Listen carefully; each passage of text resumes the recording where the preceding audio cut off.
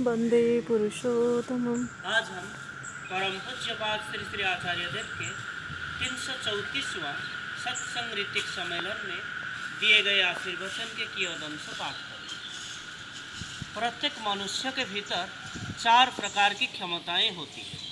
पहली है बुद्धि की क्षमता, दूसरी है आचरण की क्षमता, तीसरी है प्रभाव विस्तार की क्षमता और चौथी है संघर्ष की क्षमता। पहली है बुद्धि की क्षमता। इसके द्वारा हम क्या करते हैं?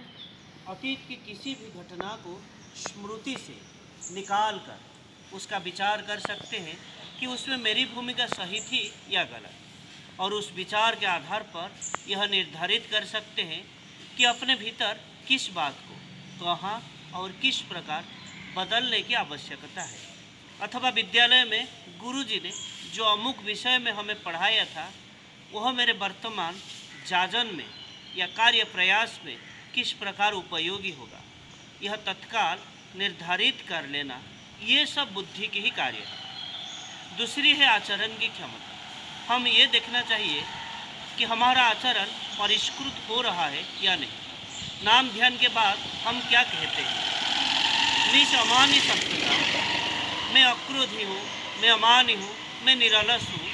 यदि मैं इस अमानी शब्द पर विचार करें तो उसका अर्थ है अपने आप को मान अर्थात विशेषत्व, एक विशेष महत्व ना देना।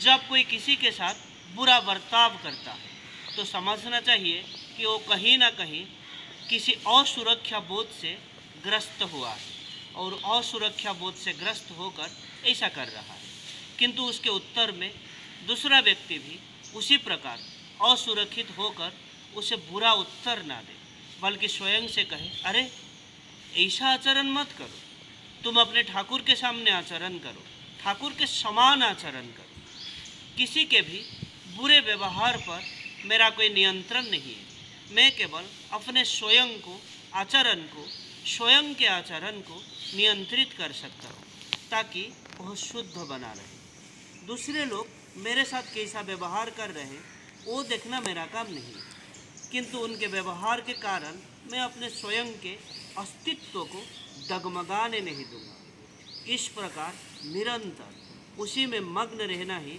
व्यक्तित्व का निर्माण करता है। यदि यह मग्नता ठाकुर में हो तो व्यक्तित्व की अभिव्यक्ति भी ठाकुर के अनुरूप ही होगी। मैं समाज में किसी भी पद या प्रतिष्ठा का कैसे भी व्यक्ति न क्यों हो, मेरा आचरण और व्यवहार सर्वत्र ठाकुर के अनुरूप ही होना चाहिए। तो आज के लिए इतना ही।